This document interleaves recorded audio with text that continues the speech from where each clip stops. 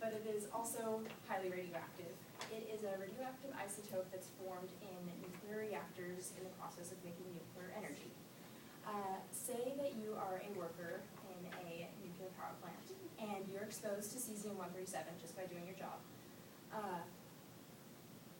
After you're long dead, your great-great-grandkids will be able to come to your gravesite with a Geiger counter and measure your radioactivity levels because they will still be very prevalent.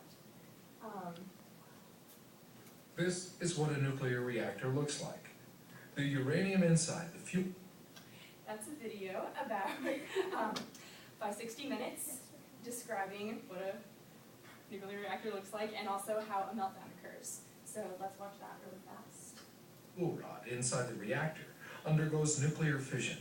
The rods emit heat, generating energy.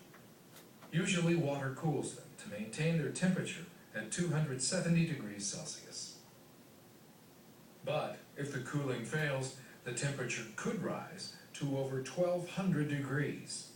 This temperature is hot enough to melt the fuel rods.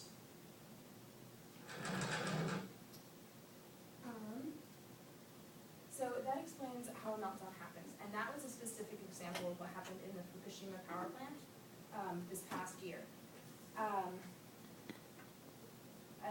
When the cooling system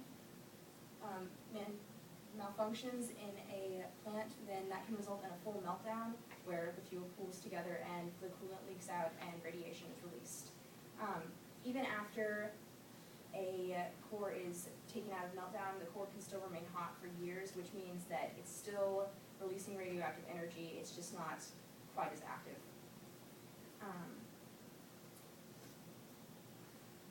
We have a very prevalent history of nuclear disaster.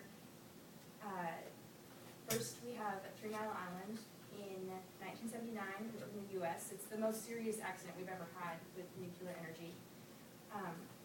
Even though there were no deaths or injuries involved, it was still a very serious accident. There was a lot of radiation released, and we're not sure exactly what the effects are even to this day. It was caused by a cooling malfunction, just like in Fukushima, and it led to a partial meltdown.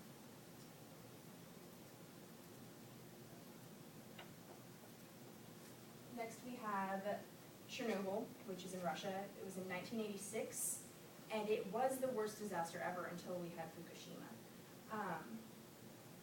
There were 2 workers who died immediately on site, and over 30 more throughout several weeks afterwards from radiation poisoning. They're very secretive about information on this topic, so it's difficult to tell exactly what the numbers are, but we do know that there was full meltdown in the core, and that there is a 60-mile exclusion zone around the area of Chernobyl even to this day, that no one is allowed to go inside. Lastly, there's Fukushima, which happened in 2011, but technically is still happening because the core is still very hot, and it's still melting through its containment units, and they're constantly trying to keep it contained. The number of deaths and injuries is still unclear because we don't have enough information, and the disaster is still happening.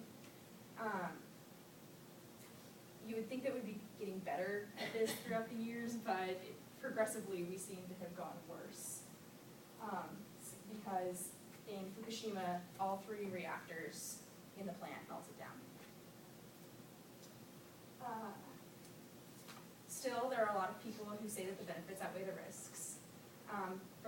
According to prosandcons.org, some people will say that the radiation from nuclear reactors is negligible, that the amount of radiation you get in your daily life is more than you would get from a nuclear reactor, which might be true when the radiation is contained. But during a meltdown, the radiation isn't contained, and according to physicist Michio Kaku, the workers cleaning up Fukushima during this disaster have been measured to absorb 10 years worth of radiation in the space of 10 minutes, which is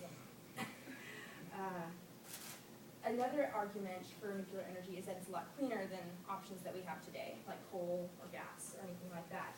But that's just simply not true. According to the Physicians for Social Responsibility, reactors produce 2,000 tons of highly radioactive material a year. That's not counting the low radioactive material. And there's no safe way to dispose of it. We haven't figured out a way to get rid of it in a way that's safe for people and the environment. Also, the plutonium from the waste is used in nuclear bombs, which is also really bad. So, yeah. The last one is that it's safe. It's safer than, other plants' forms of energy, which is the funniest one to me, I think, because it's the most dangerous form of energy that we have ever created. A nuclear reactor has the potential to devastate an entire region if it melts down. If the cooling system fails, then there will be a meltdown.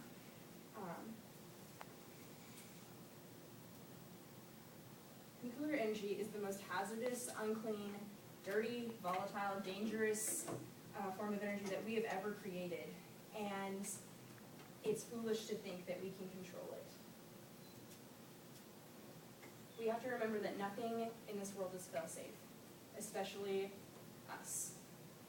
So I think that we should learn our lesson before it's too late.